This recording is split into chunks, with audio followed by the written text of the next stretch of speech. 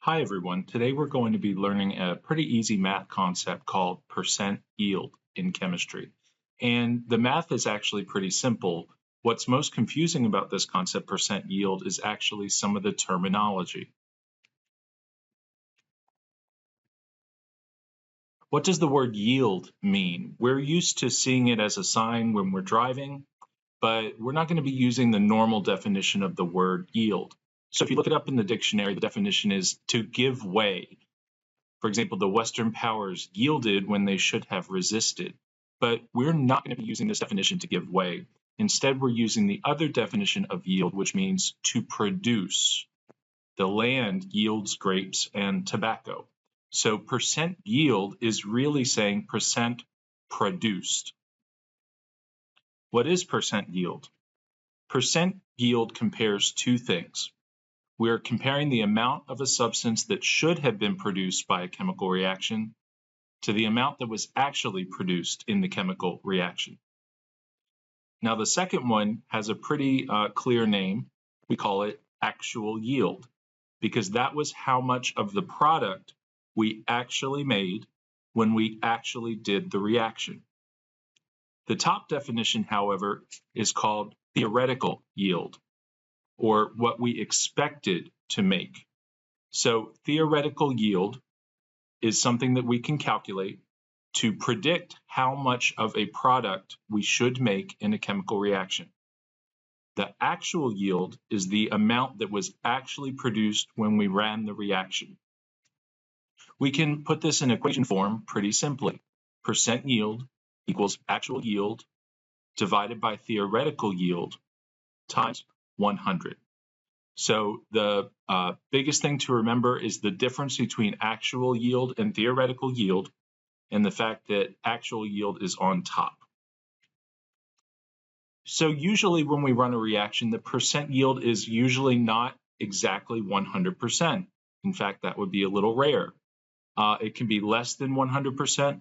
It can even be greater than 100%, and I'll give you some reasons. Maybe the reaction didn't fully finish. That would explain why we had a percent yield less than 100. Maybe some reactants were spilled or just didn't react. Or if it's greater than 100, maybe the product was still wet, and so the water hasn't fully dried out yet, which would give us an actual yield that appears to be over what we expected. Or maybe impurities were present in the product after the reaction. There's other reasons why the percent yield may not be 100%. Let's do an example where we calculate the percent yield. A chemist predicts that a chemical reaction should produce 43.2 grams of barium sulfate.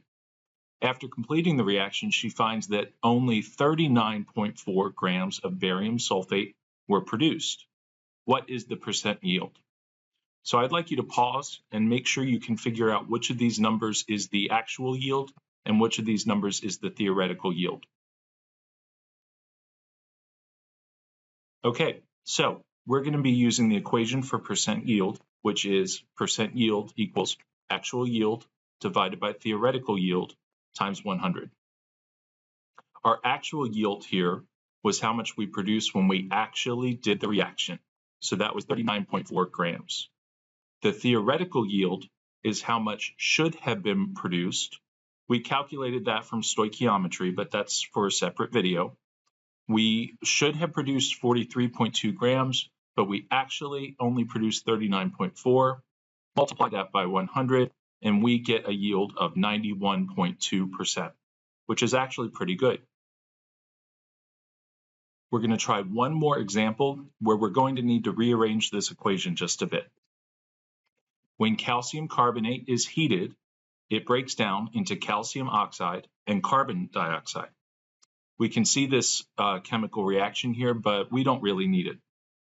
If the theoretical yield of calcium oxide for a reaction is 127 grams, and the percent yield was just 67.2%, how much calcium oxide was produced?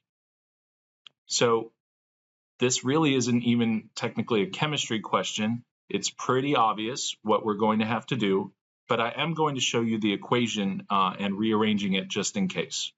So we'll start with the equation for percent yield, which is actual yield divided by theoretical yield times 100. And when you do a little bit of algebra to rearrange these things, you're going to end up with this.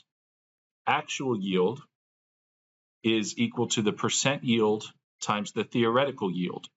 So our theoretical yield was 127 grams, but we only made 67.2% of that amount. So we're going to multiply those two and divide by 100 because it's a percentage. So that would be 67.2 over 100, which is 67.2%, times our theoretical yield, which is what we should have produced, 127 grams. And when you plug that into the calculator, you find that we must have made only 85.3 grams. So, in summary, if you can remember the equation for percent yield and keep track of the difference between actual yield and theoretical yield, you should have no trouble doing calculations like this. Have a good day.